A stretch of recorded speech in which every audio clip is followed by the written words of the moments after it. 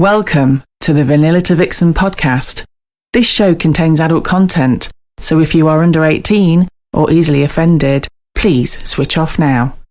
Mr. and Mrs. N are not qualified relationship counsellors. This show is for entertainment purposes only. Now the disclaimer is out of the way. Sit back, relax, and enjoy our journey from Vanilla to Vixen.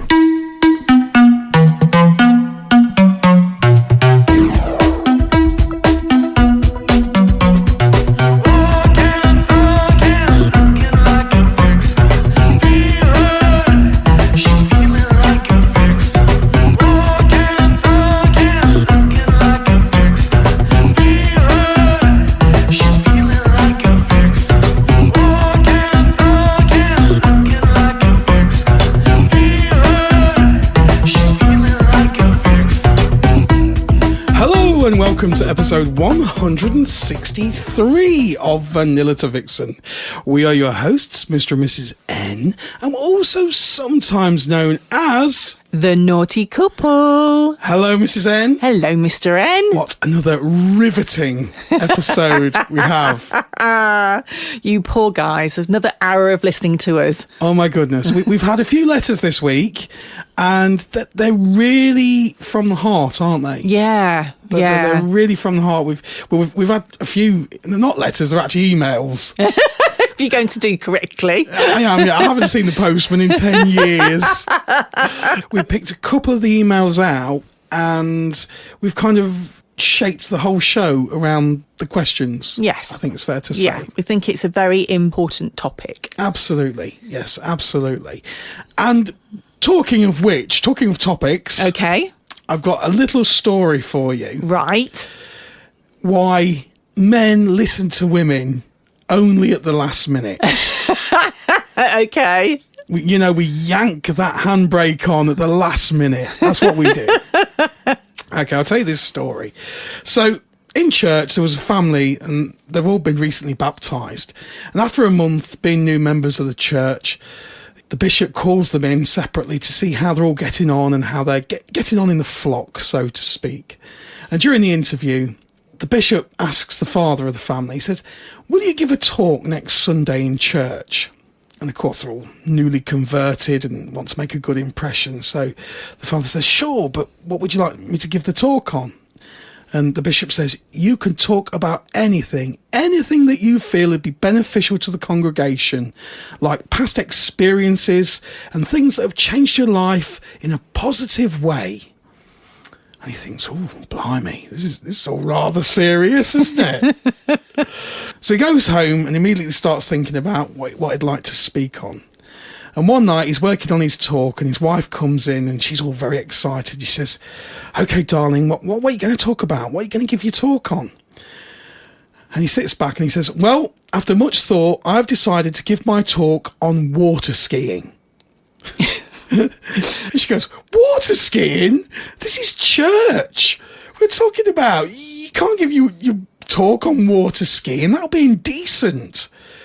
And the man says, well, the bishop said I can give a talk on anything I wanted to, and I want to give it on water skiing.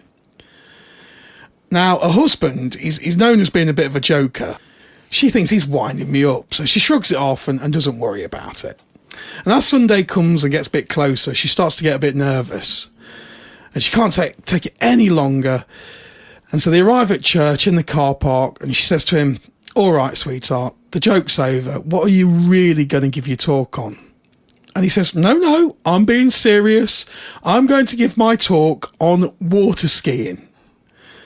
And she responds, well, if that's the way you're going to be, me and the kids do not want to be embarrassed by this.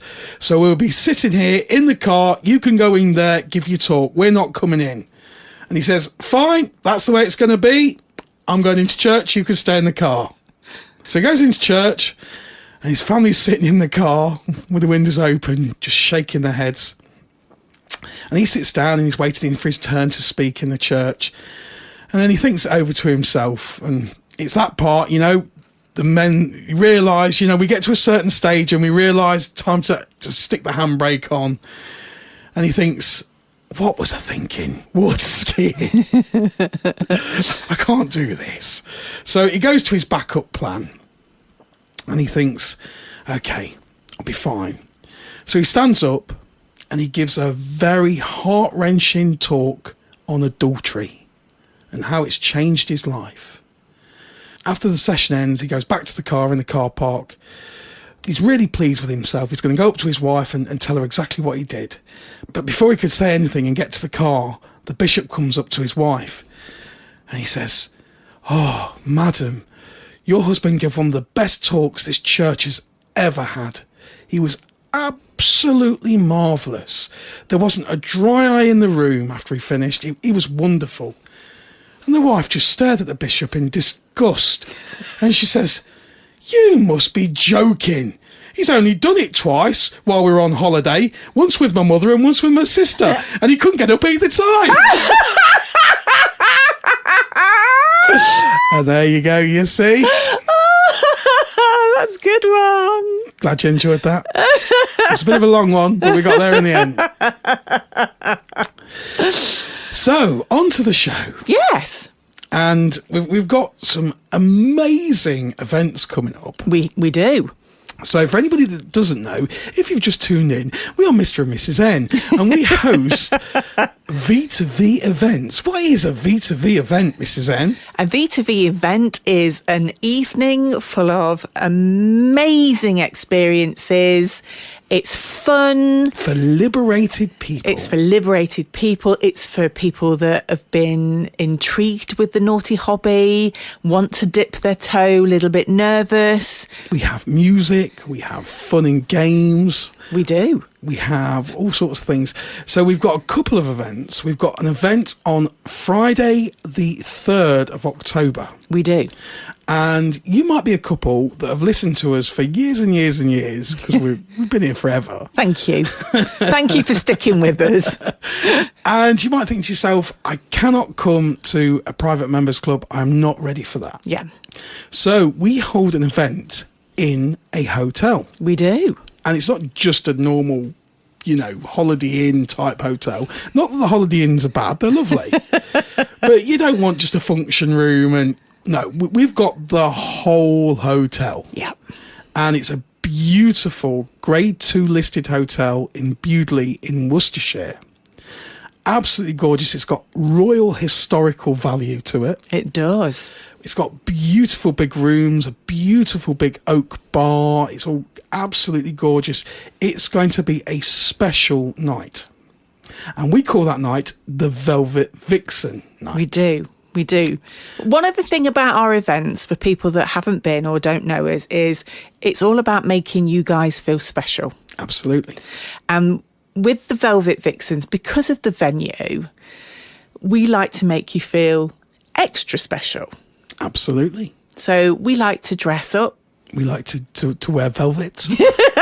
You don't have to wear velvet, by the way. It's not compulsory. I made that bit up. But, you get received by myself and Mr. N as you walk through the door. You get a welcome drink. Absolutely. You are looked after throughout the evening. And the dress code is just dress smart and sexy. So imagine you're going out for a nice meal, or you want to feel a little bit sexy and you want to wear that dress that's probably you wouldn't wear normally because it's got that slit that goes up a little bit further than it should. It's a bit naughty. Are we talking about your wardrobe now? We are. You've seen my kilt. And so these events are where you can relax, you can chill out, you can meet other liberated people. Everybody comes as a couple or a single. And this is a special event because singles and couples will be at this event. Yes, they will. So we've got a few single guys that are all very, very beautifully etiquette behaved, all vetted by us personally. So we know the guys. We've got single ladies who are all gorgeous single ladies, and we've got our beautiful V2V couples as normal. The one thing about the hotel is because it is a vanilla venue, the ground floor, I suppose you call it a ground floor, but the main floor where the bar and the reception areas are is all very vanilla. Absolutely. It's just a social night. I will be on the decks playing some music. So you can come, you can drink, you can dance. We have a buffet. We do. We like to play some games just to get the atmosphere going. Just a little bit of fun. But the nice thing about it is if you're not ready to walk into a private members club with naughtiness. This venue is ideal for you. Yeah. Because it basically is just a social unless you are ready to go and play. And then if you do want to do that, you then go downstairs. We have a whole level on the hotel, which is a play area.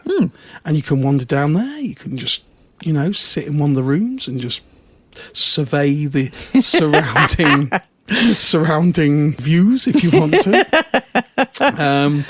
Or you can, it just depends how the night unravels. It is, but the fact is that you have that choice. So it's you don't have to worry that, am I going to see things that I might not feel comfortable with?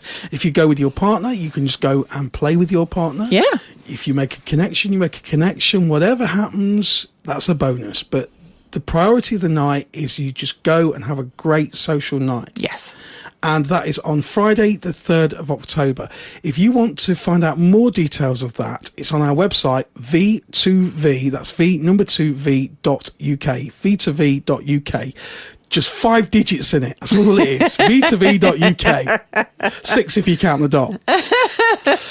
But come along, come and meet us, send us a message, send us an email, and you can get on our guest list for the Velvet Vixen night on Friday, the 3rd of October. If you can't make that date, we're back. We are the following week. The 10th of October, we are back at Liberty Elite in Leicestershire, which is a private members club, and that's our V2V Vegas Vixens night. Yes. Again, singles and couples. It's going to be a great night. That's going to be rock and roll, baby. We've got a fabulous DJ booked, and we have our Mr.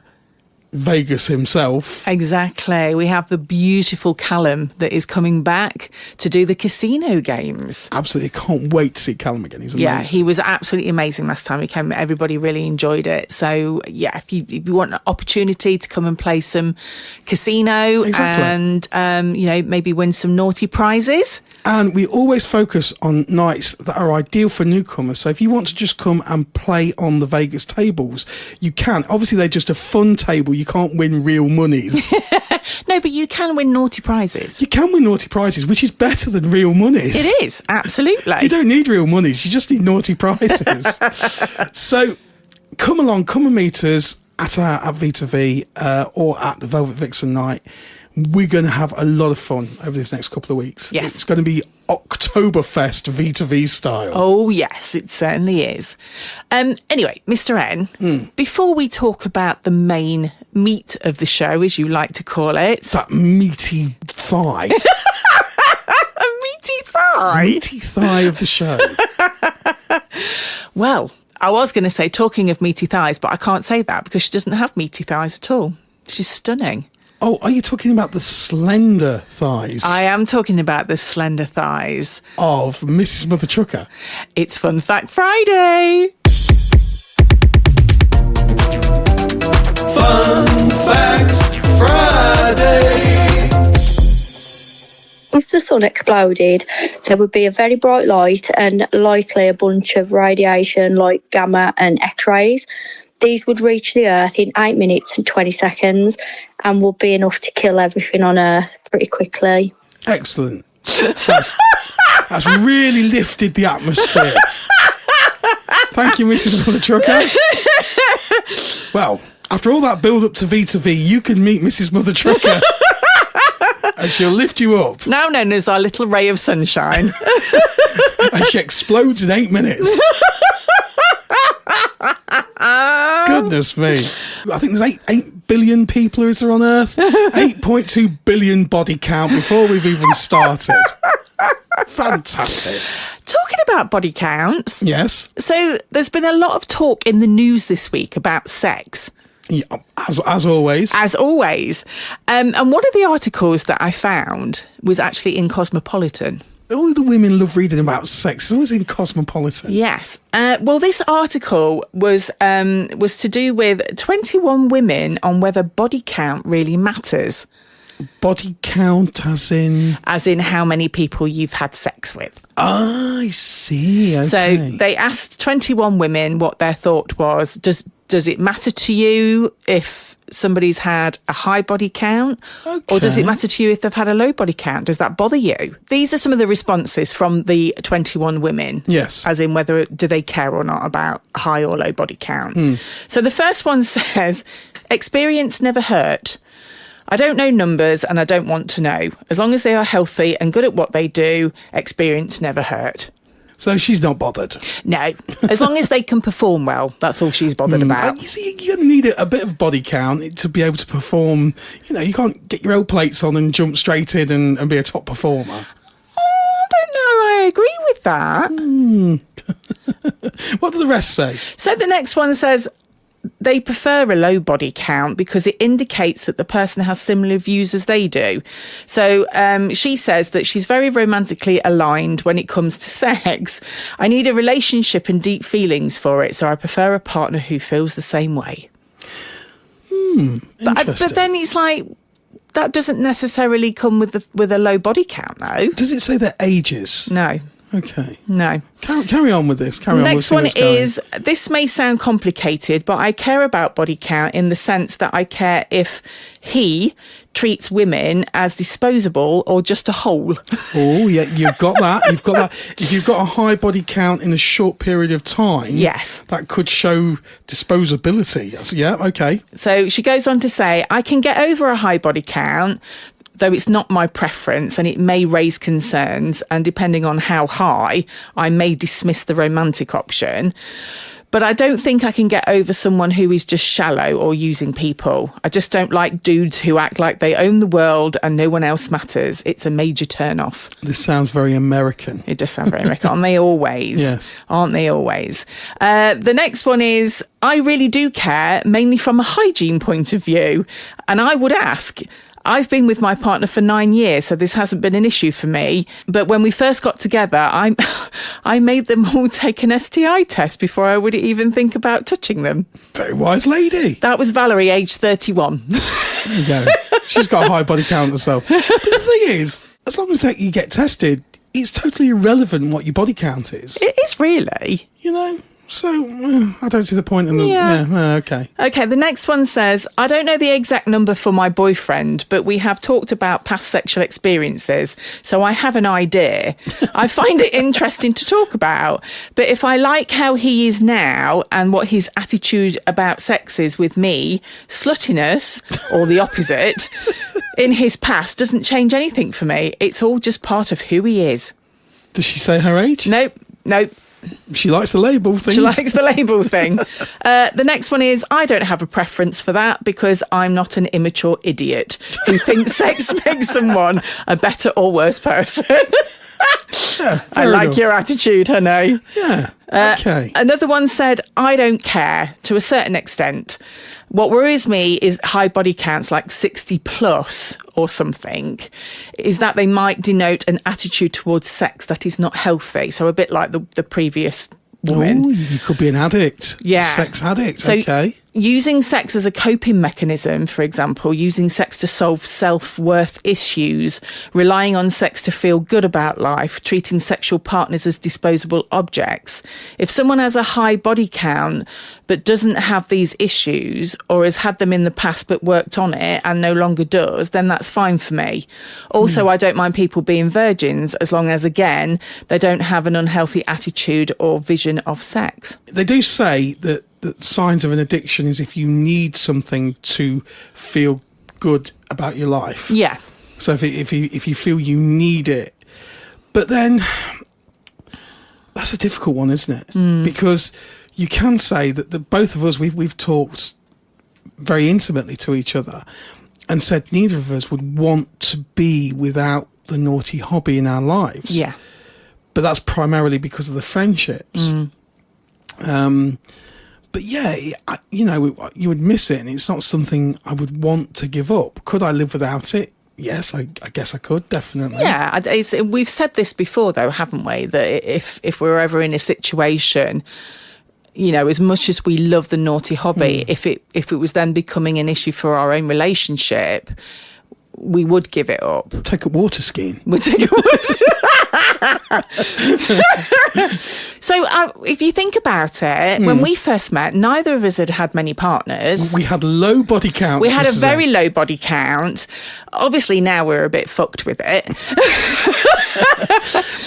But seriously, though, I mean, people do look at body counts even on sites such as Fab Swingers. Yeah. Because people display their verifications. And the amount of verifications is a body count. Yeah, it is, absolutely. And some people don't like No. sitting if they see, 200 verifications. But the thing with a Fab Swingers body count is that can be misleading. Because you could go to a party and just bump into 50 people, not sexually. Whoops, I accidentally fell on you. I'm so sorry. Not repetitive bumping or grinding. But you could bump into 50 people and get, 20 or 30 verifications all in one night. Yeah. It doesn't mean you've got a high body count. Not at all. Where I was going to go with that was from my point of view, I don't think I would have had an issue had you had a higher body count than me or whatever. Really? Only in that I probably would have felt less experienced, and I would probably be a bit nervous that... But that just goes to show that it's how it makes you feel. But it would be more from an experience point of view. It'd be like, oh my God, I don't know what I'm doing, and he's really experienced. But that triggers anxiety and inadequacy. Yes. But it's interesting now, obviously been in the naughty hobby for many, many years, and the confidence that it gives you, that would no longer make me feel that way. Because you're experienced. Exactly. But then we've had messages on Fab where guys have said, oh my God, I couldn't meet you because you're too experienced. And that's their inadequacy that makes them feel. So it works both ways. It's interesting, doesn't it? yeah. It's really interesting. Yeah. So another lady said, I'm slightly nervous about telling people mine because it's so low and I don't want to scare them off. I don't care about someone else's, but I do care how they act about it. Like if they've had loads, but it's in a fun, respectful way, then I don't think I mind. Do you think it's different from a woman to a man? Because I think a lot of men would want a woman in the beginning. All men, let's start from the beginning with this. In the beginning, all men, we all view things ideally. We all want to play for Manchester United, Manchester City, Liverpool. Then as you get a bit older, you think, Chelmsford United, good team. You do. Hinkley United, great team they are. I'll play for them. So is it your expectation? I don't know. Is it your expectation? Is it you become more realist? But I'm just thinking to myself, when you have your first love or whatever, you want them to be pure. You want them to be a low body count, I guess. But then as you mature, does that become less relevant? For me now, I couldn't give two flying shits. Obviously, I get turned on with the hot wife scenarios. Yeah. So for me, I guess it's almost the opposite. But I can imagine a 21-year-old me thinking the complete opposite to how I think now. Yeah. And I think a woman, like you said, exactly the same in reverse, a woman with a high body count, I think I would have been intimidated. And I think guys' egos, especially young guys' egos, can't handle that. Yeah. I was thinking back to when I popped my cherry. And obviously the guy that I popped my cherry with, he'd already had 3 partners, even though we were the same age. And I don't know whether... He had a busy week. And I suppose because I was very nervous, didn't know what I was doing, I suppose the fact that he'd had that little bit of experience kind of made it easier for me in a way. Rather than us both be virgins and then fumbling around trying to decide what to do. I don't know. So did that give you confidence, the fact he'd already had sex with a couple of women? I don't... it was a weird one because I was a little bit... Part of me was a little bit jealous that he'd been with other people. But then thinking about it now, it probably was better Okay, yeah. Because, it probably put me at ease because he kind of like took the ropes and I thought, well, you know what you're doing, mate. You've been here before. So, but yeah. I think it's different from a man to a woman to a woman to a man. And I think a lot of guys' egos probably couldn't handle a woman with a high body count. Yeah. And so you get that typical then misogynistic approach where, she's a slut, and you get awful names and tags and things. Yeah, I mean, that's a tough one because obviously, when I lost my virginity, it was because I was in love with the guy. Yeah. And that's how I always assumed that it would happen. Do you think it's different though now we're Generation X? Do you think it's different for like Generation Z or millennials, whatever? Because they're different. And now you can identify as a potted plant if you want to. So is body count even relevant now? Yeah, it's funny. It's interesting to say that because one of the responses in this was actually that this is a really outdated question. Exactly. Yeah. So back in our day, when we were like in our early 20s and late teens, body count was a thing, wasn't it? Yeah. But is it irrelevant now? The younger generation is very open to the non-monogamy lifestyle, aren't they? Absolutely. It almost is normal. Yeah, exactly. I say normal. I don't mean it as in. No, I know what you mean. It's the mainstream. Yeah. Whereas when I was growing up in my day, it's like you literally slept with somebody that you were in love with. It wasn't a recreational activity. Otherwise, you were labelled slut. Absolutely. Yeah. Interesting. Had I known then what I know now, I'd have become a slut. It's the last days of Rome with Mr. and Mrs. N. And actually, one of the responses from one of the women is relative to what we've just said. They've just put, I'm a little hesitant with complete virgins. I don't really love the teaching role. Other than that, I don't care at all. Would it bother you? Say we had somebody on Fab Swingers that you really liked and really fancied a little bit of fun with, and they said to you they were a complete virgin. How would you feel about that? Having never had a virgin, it's just a game. I don't think it would bother me, to be honest. I think it would be. I think part of me would see it as, actually, do you know what? This is nice. It's nice for me because then I can teach somebody how I would like to be treated, and hopefully that would give them a bit like my first boyfriend, that whoever popped his cherry, he took that and he.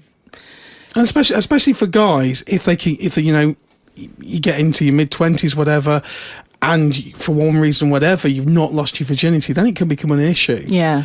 So perhaps losing your virginity, going on Fab Swingers, whatever, in that way, if you found the right person, because there's many different ways of losing virginities and everything else. Yeah, of course there is, yeah. But obviously, it could be a big thing, and finding the right person is important, isn't it? Yeah, absolutely. Yeah. Interesting article. It was, wasn't it, Mr. N, that one? There we go. So I know you mentioned we've had some emails, haven't we? We have. So this episode is all about being on the same page. Yes. Isn't it? And it is. Sort of sexually and being in tune with your partner. So with that in mind, we'll start with our first letter that comes from a gentleman. He says, Dear Mr. and Mrs. N, I'm a long-time listener and a big fan of Vanilla to Vixen. My wife and I have been married for 12 years and we have one daughter. I'm 42 and my wife is a couple of years older than me. I'm writing to you today because I'm facing a serious problem in my marriage and I'm hoping you can offer some advice. My wife has completely lost her sex drive and no longer seems to want intimacy of any kind. This has been going on for about a year now. When I've tried to talk to her about it, she insists it has nothing to do with me and she just doesn't have sexual feelings anymore. She says she doesn't want to get a divorce or split up. When we first got together, my wife and I had a high sex drive and we had a great sex life. It did drop after our daughter was born, but it returned a couple of years later. This feels different. A friend of mine suggested it could be the beginning of the menopause, the big M. The big M. Yeah. Since her age is right in that age range. I'm a very sexual person, and I've always cherished the intimacy that sex brings to a relationship. Now I'm left wondering if I'm supposed to just accept a sexless marriage for the rest of my life. I've even started to consider asking her for permission to seek sex outside of our marriage, as I don't want to do anything behind her back. Honesty is extremely important to me, but I'm worried it's a selfish request. Am I being selfish for wanting sexual connection? Should I just leave? What would you advise I do? Thank you for your time and for sharing your wisdom on your podcast. Sincerely, a devoted listener. I think it's important for people to understand how important sex is.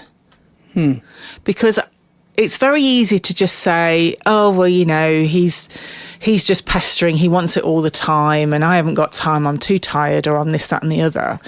But what people don't realise is successful relationships are based on good intimacy, good communication. And honesty. It makes me feel really sad, the fact that, you know, she doesn't want a divorce, she doesn't want to split up.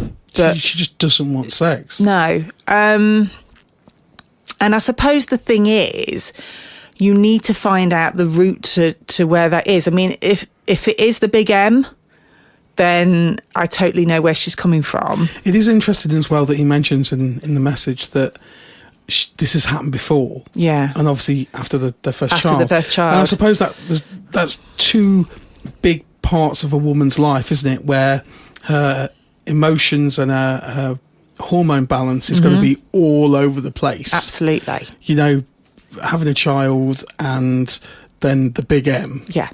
They're the two big hormone. They are. And it's very hard from a woman's perspective. And I do feel for the guys on this, because it's very difficult to explain how you are feeling and what you're going through, and the fact that you have no control over it whatsoever. And sometimes I think as women, we probably worry that, and I know I've had this conversation with you, where I've said, I just worry that you think that, you know, that this is what I want when it isn't. And she's brought that up, or she brought that up with him in as much as she said, look, this isn't you. Exactly. This is me. I mean, obviously I'm not suggesting in this case, but do you think that that can be a form of selfishness? In as much as just saying, look, I know this isn't about you. It is me. It's just my feelings. Yeah. But you're just going to have to get on with it. I'm not saying that she did say it in that manner. No, not at all. But yeah, it is a type of selfishness, because she isn't actually taking his feelings into consideration. But you do get quite consumed with what's going on in your body, and the fact that you almost feel like nobody understands what you're going through, what you're feeling. But I remember, you know, having conversations with you when I first started going through the menopause, and I was really concerned, wasn't I? That it's like, I do not want this to change our relationship. If things start to change, promise me you'll talk to me. And I'm sure there are many men out there that wouldn't want their partners to just lay the black and think of England. No. You know, and say, yeah, jump on. Have you finished yet? Yeah. And then, you know, they're thinking of the shopping list. And yeah, because in another way, that's probably just as bad as not having it. Because, yeah, it's worse. Yeah, exactly. From a male perspective, I can imagine that's... And it's interesting because there's been a news article this week, hasn't there? Yes. About women who accept sex almost as it's a part of a contractual obligation. Yeah, they're reluctant to say no. So they go along with it because they think it's easier to do that. Shall we bring that up now? Yeah, so this was actually in a paper. Well, it's not a paper, is it? Do they have papers anymore? It's called Le Monde. Okay. I don't know whether it's pronounced Le Monde or Le Monde. And it's entitled Relationship Sex, Why Many Women Still Feel Pressure to Say Yes. And it goes on to say it's out of reluctance to say no, uncertainty about desire or fear of offending. Together, these reasons sketch the contours of a grey zone of consent. It talks about a couple who have been together for 8 years, and in the lady's words, they had frequent and normal sex. Is Is there such a thing as normal sex? Well, yeah, I did wonder that. And they were parents of, they have 2 children, one of which is a baby. And she goes on to say, you know, she was exhausted by family life, being a young mother. She was only 27 and she didn't want to respond to her partner's advances. She wanted to just a few hours of sleep, and that was what had consumed her. You know, her husband tried really nicely a few times just to sort of get her in the mood. And now she was in her 40s, and she said she just used to say to him, I'm absolutely exhausted and I don't have the energy for sex. I think energy is a big reason for it a lot of is. women. I mean, she said he didn't say anything, but he got up and left the bedroom, in a, as she says, in a sulk. Yeah. But this is where I'm a bit on the side of the guys, because it's like, it's not unreasonable to want to be intimate with your partner. It isn't, but if you have young children, you know, you've not, you know, a couple of years previously, you've given birth, you've gone through all the baby thing, you've got a toddler, whatever.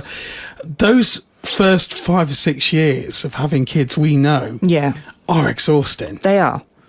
And so you can't blame the woman. No. The last thing she's like, okay, great, okay, just put little Johnny to bed or whatever, and then let's get the high heels on and get my best knickers on. You're probably just like, I want to just go to sleep now. Absolutely. I mean, and really important point that she makes here, or the fact is that this is a massive flag. She says, we never talked about it. And then from that point on, I started just giving in. Communication. Exactly. Going back to the letter from our devoted listener, he asks us what he should do. We obviously don't have enough information there, and we would never tell you what to do. There's too much at stake for us as 2 podcasters that don't know you personally or your life. We would never advise you what to do, other than have great communication, open those lines of communication. Absolutely. I mean, the one thing for me is that I know, obviously, she said it's not you. The question that hasn't been asked is, does she want it? Does she want to be intimate, but she just doesn't feel it? I'm only surmising, but judging by the level of desperation, I think, in the email, I hope I'm, right in this, in saying this, fair in saying this, but he said, should I leave? I think when you're questioning, I can't live in a sexless marriage. No. Should I leave? Yeah. That's not like a month of, we've not had sex this month, is it? That's yeah. I mean, the only reason that I bring that up is there's a big difference between this is the way I am and that's it, you're just going to have to deal with it, than actually turning around and say, I don't want to feel this way, but I do, and I don't know how to change it. There's a big difference there. Something I would raise here is he has said, dare I ask if it's okay to have sex outside the marriage? Yeah. Obviously, that is a brave question. Very. But I think in this circumstance, both partners have got to be honest and be brave with each other. Yeah. I think it's unfair for a woman to just go, I'm sorry, you're going to have to do without sex now. Yeah. And you just accept that you're going to be in a sexless marriage. I think that's unreasonable. I agree. And we still have that legal part in our divorce proceedings in the UK, don't we? Where I think refusing sex, I think, still is classed as part of unreasonable behaviour, isn't it? Yeah, I think, and it's not directly grounds for divorce, but communication always takes 2 people, and if you've exhausted your side of trying to communicate and saying and getting to that very brave question of, okay, you don't want sex, I don't know that I can't live without it. Would it be okay for me to have sex outside of marriage? Join a naughty hobby, whatever you want to go down. I mean, the other thing is what you define sex to be. Very good question, yeah. So if you think back, Mr. Enter, when we first met, and this is well documented, I think it was on our second date, and I actually said to you, I don't know if I can have sex, and I don't know whether you'll want to be with me. And that was because of your medical problem. For anyone that's not listened to 163 episodes, you'd had a medical, and you bring a very good point up there, because you could be with a partner that you can be as happy as anything, great relationship, and then medically, especially for guys, perhaps it suddenly doesn't happen down there. Yeah. So with me, I already knew that I had deep feelings for you. I wanted to see you again. And so my response was, well, we can work this out. Mm-hmm. We don't have to have penetrative sex. That's right. I mean, you actually said to me, there's so much more that you can do. That was my words, yeah. Which resulted in me bursting into tears because I honestly thought that was going to be I don't want to see you again. But when I look back from obviously my previous relationship that I'd just come out of, which obviously I hadn't had sex for over 2 years, he went off and had an affair. To me, it was like, it wasn't about the intimacy then. It was literally about the act of having sex. And that's what was in my head. And I think sometimes you need to be able to show that actually sex isn't just, like you say, it isn't just penetration. It's far from it. Sex is lots of things. Sex is just cuddling, touching. And it's also stimulation. Yeah. So for a guy, it's fun, it's stimulation. It almost is like a naughty hobby between the two of you. It's a special thing that you share. And without sex in your relationship, perhaps you could feel old, you could feel boredom, that there's no excitement there. Yeah. And so I don't think you need penetration for that. You can do other things. But I do think guys look at sex differently to women. I agree. Just on the whole, generally. I think that is a very true statement to make. I know that we've covered this before on the podcast, where we've said sometimes about take sex off the table, take the penetrative sex off the table, so there's no pressure. Yeah. But then maybe look at having, let's have a movie night, let's cuddle on the sofa, let's have a date. Yeah, go out for dinner. Little steps, like if we could have, a kiss and a cuddle. But if your partner has literally blanked the whole thing out, where do you go from there? Well, I think the thing is you need to find out how, because obviously we don't know how deep a level this is on, whether it's just a case is that she's just gone, I'm not interested, or whether they've been married a while, haven't they? So earlier on it could be because of past trauma and things like that, but this wouldn't suggest it in this case. No, not at all. Because but the thing they is, had a good sex life. It's very easy to let life get in the way, and sometimes you do have to sort of go, do you know what, I need to make an effort. Yeah. Because it's too easy just to get in that rut, and once you get in that rut, it's very hard to get out of. So my thing is that if that conversation has already been had, that you know exactly where you stand, you've already talked about, well, look, can we not just... Then it's as hard as it is, you are at the crossroads. Exactly.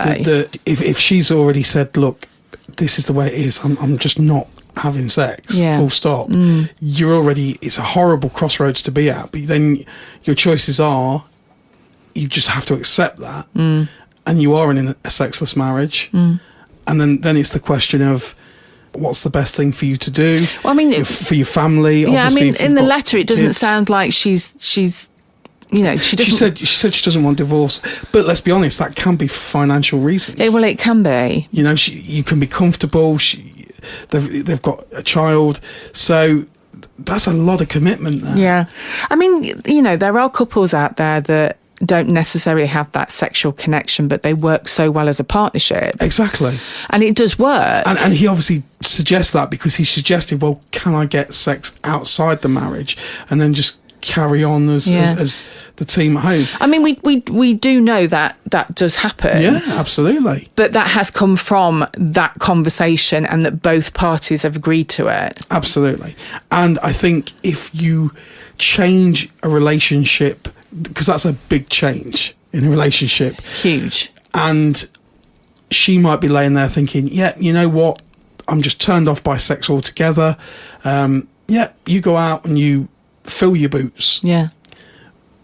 That might be in her brain, fine, absolutely. But then to watch her husband get ready to go out, knowing, yeah. And if it is just, and again, I'm pure speculation, if it is just the financial side that are keeping them together in that one house, or if it's just the fact they've got a child or whatever, how secure is she going to feel? Yeah. Because she could be lying there thinking, if he meets somebody else and gets feelings, he'll be gone. And so that could build a resentment there. Yeah. It's a big change in a relationship. And I think it's something that you might initially go, yeah, you know what?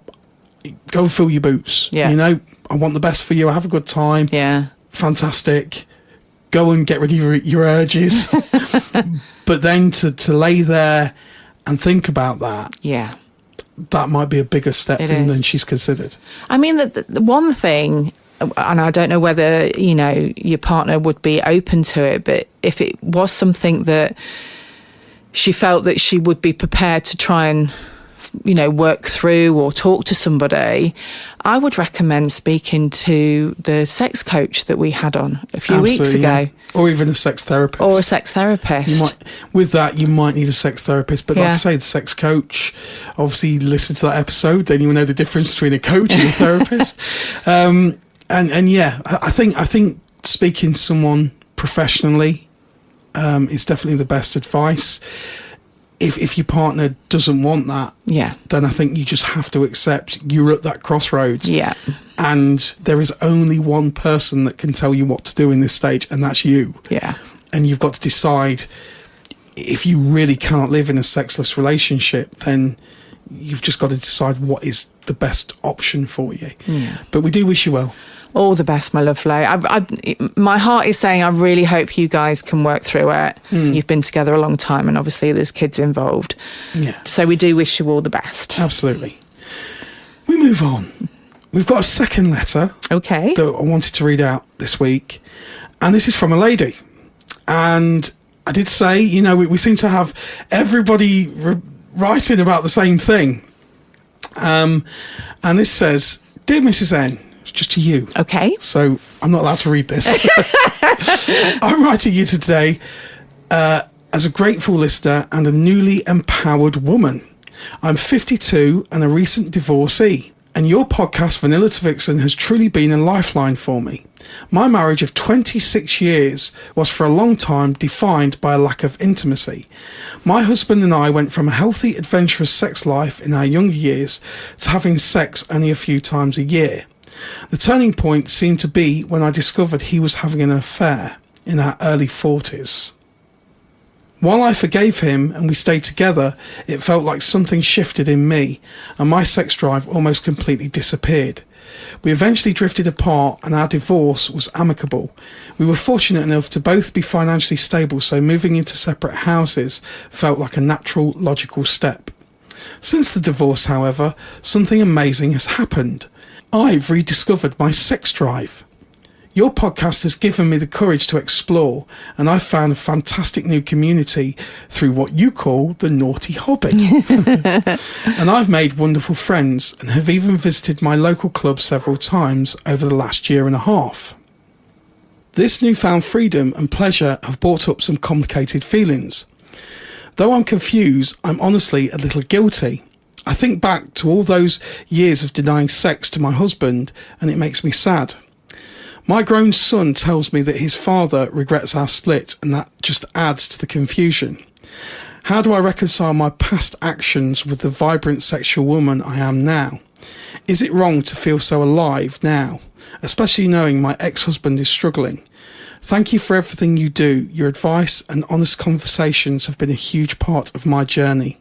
Warmly, Mrs. S. Oh, bless you, my lovely. That's a really...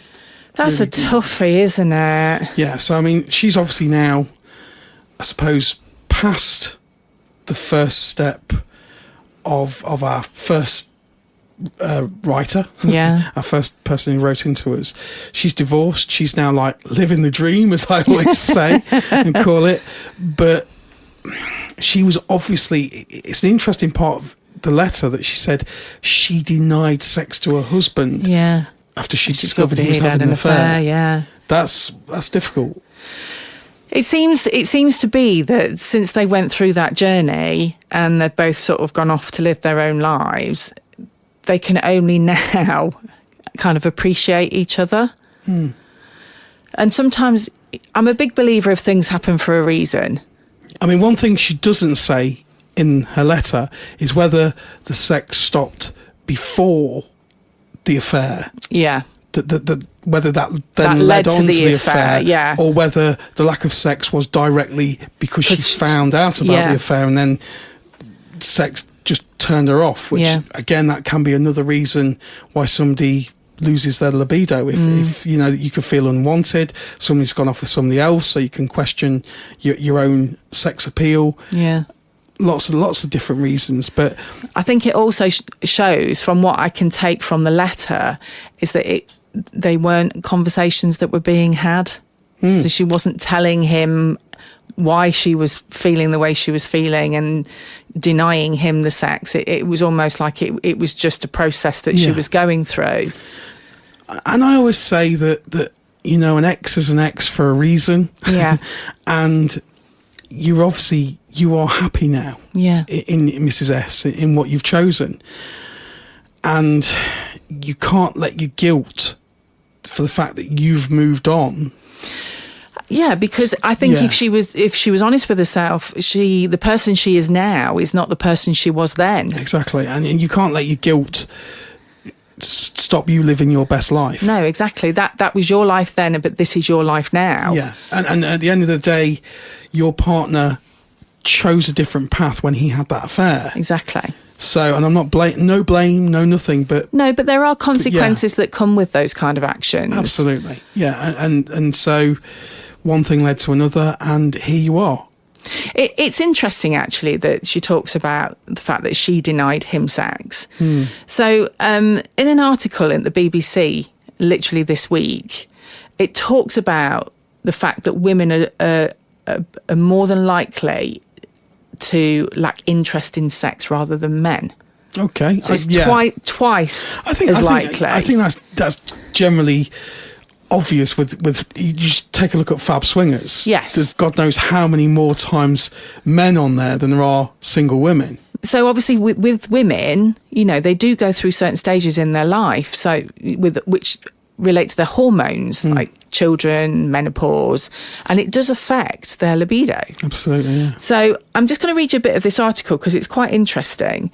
While men and women lost passion with age, women are often left cold by longer relationships. Overall, poor health and lack of emotional closeness affected both men's and women's desire for sex. So the findings were based on experience of nearly 5,000 men and 6,700 women. That's a good survey. That's a lot. So a Relate sex therapist, Amanda Major, said losing interest in sex wasn't necessarily abnormal, and there were many different reasons why men's and women's needs changed. So for some, it's natural and a normal place to be, but for others, it causes pain and misery. So in total, 15% of men and 34% of women surveyed said they had lost interest in sex for 3 months or more in a previous year. So that's double the amount of women as opposed to men. Yeah. So for men, this lack of interest was highest at the ages of 35 to 44, while for women, it peaked between 55 and 64. Menopausal age, isn't it? Yeah. Mainly. I know there are women that go through early menopause, but men 34 to 44, they're off water skiing. So yeah, it goes on to say that obviously there's no evidence, but menopause was a factor for the women. Yeah. However, they did find that having young children at home was a particular turn-off for women. Poor physical and mental health, poor communication, and a lack of emotional connection during sex were the main reasons why men and women lost interest. This is the actual quality of the sex. It is, yeah. That's the thing, isn't it? If, like we've said earlier on, you put little Johnny to bed, you've been mom from leaving school to school time to tea time to whatever, to putting your kids to bed. Yeah. And then all of a sudden, you've got to turn into this fabulous vixen and be passionate in the bedroom. And that is not an instant transformation. And it's not easy either, as we know, when you've got a teenager in the house. Yeah. Trying to get into the mood and and really losing yourself with each other is very difficult when you've got to be quiet and you're constantly thinking, oh my God, they could walk in any minute, or can they hear me? You lose your space. When you have kids, the house that you can do it in every room and everything else, that is your sex space. Yeah. And you've got all the time in the world and space to do it in. And so you lose that intimate space. You lose the intimacy. You do. So again, another great point, Mrs. N. So sometimes perhaps get a babysitter and make that space for you. Even if you've got no thoughts of swapping or anything, go to a club. Use the space. If you do want a night where you just think, we really want to let loose and swing from chandeliers and stuff, go and book a hotel room. Perfect. You can scream the rooms down. It doesn't really matter because nobody's going to give two hoots who you're with. But that helps. I mean, we recently obviously got our house to ourselves. Yes. After a very, very long time, and we are enjoying it. Absolutely. Massively. And Absolutely. it does make a big difference because you relax more and you think, I don't have to worry about what time they're coming home or any of that. Yeah. So this article goes on to gives 5 tips for rekindling interest in sex. Okay. So start talking about the issue early on rather than leaving it to fester. Ignoring it can lead to other problems and make you feel resentful. Absolutely. Once resentment comes in, you're on the way to a hiding. Yeah. If that doesn't work, confront the reason why you don't want to talk about it. So even if you don't want to talk about it, you need to talk about why you don't want to talk about it. Do you think that's a bigger issue for men or women? I think that I've been in a past relationship where the woman will not open up no matter what. Yeah, I don't think you can say it's one or the other. I think it just depends on the individual person. Personally, because I'm sure there are some men that don't want to discuss it Men traditionally don't want to talk as openly as women do. Yeah, absolutely. It might be something they'll have a chat with their mates down the pub about, but they probably don't feel comfortable talking to their partner. What era are you living in, Mrs. Oh, going to the pub. Well, when we go, are you living in the era of Arthur Daly and Terry McCann Minder, where men go down the pub to talk? And So do they not do that nowadays? We don't go down the Winchester anymore and talk to Dave behind the bar. Am I showing my age? You are, absolutely. For any of our millennials out there, Minder was a programme on time. I'm not going into it. It was bloody great. I loved it. Anyway, carrying on. It says here as well, explore other forms of intimacy, such as holding hands, talking gently to each other, cuddling and stroking rather than full-on sex, which is what we were talking about. Absolutely, yeah. With the gentleman that wrote in. Take penetrative sex off the table. Just the intimacy. But just do the intimacy. I think in his letter, though, he did say that she didn't want intimacy either. Yeah. So that's a big key. If you don't want intimacy and sex, they're two very different things, but if your partner doesn't want either, that is a red flag. Yeah, I mean, you seriously need to look at, is that the type of relationship that you want to be in, isn't it? Well, and again, ask your partner, okay, do you not want sex, but do you want us to still be intimate? Yeah. And if the answer is that, yes, I still want cuddles and I still want, my feet stroking and whatever. Yeah. But it's just the sex side of things, then that's something you can build on. Exactly. But if it is literally a brick wall of no intimacy, no anything, then it's more difficult. It is difficult, and I mean, ourselves, we're very tactile people, and we're very kissy, cuddly and intimate with each other, and we've both said that we couldn't have a relationship where we weren't intimate. It's just that's part of us. But it is difficult when you've got one partner that doesn't particularly want that. Okay, so feeling as if you are not being heard is a barrier to sex, so make your partner feel respected and important.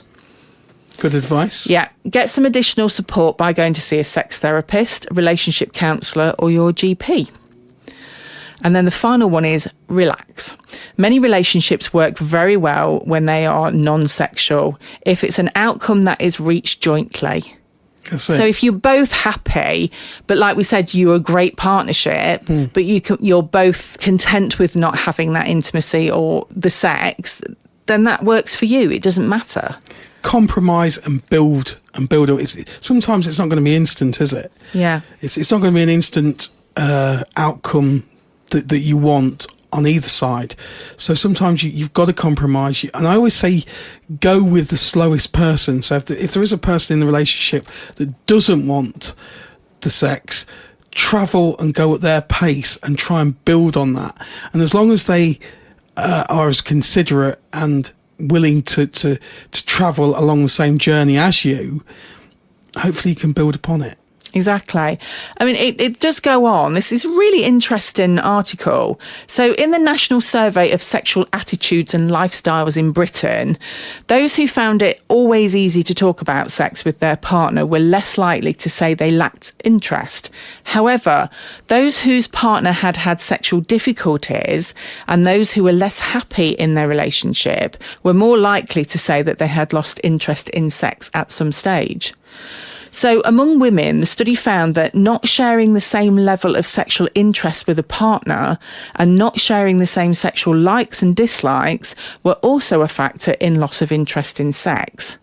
So it's almost where a partner is using the loss of interest in sex as an excuse, and really they're just generally unhappy in the relationship. Yeah. And again, that comes down to communication and just saying to your partner, look, you've got to be honest with me.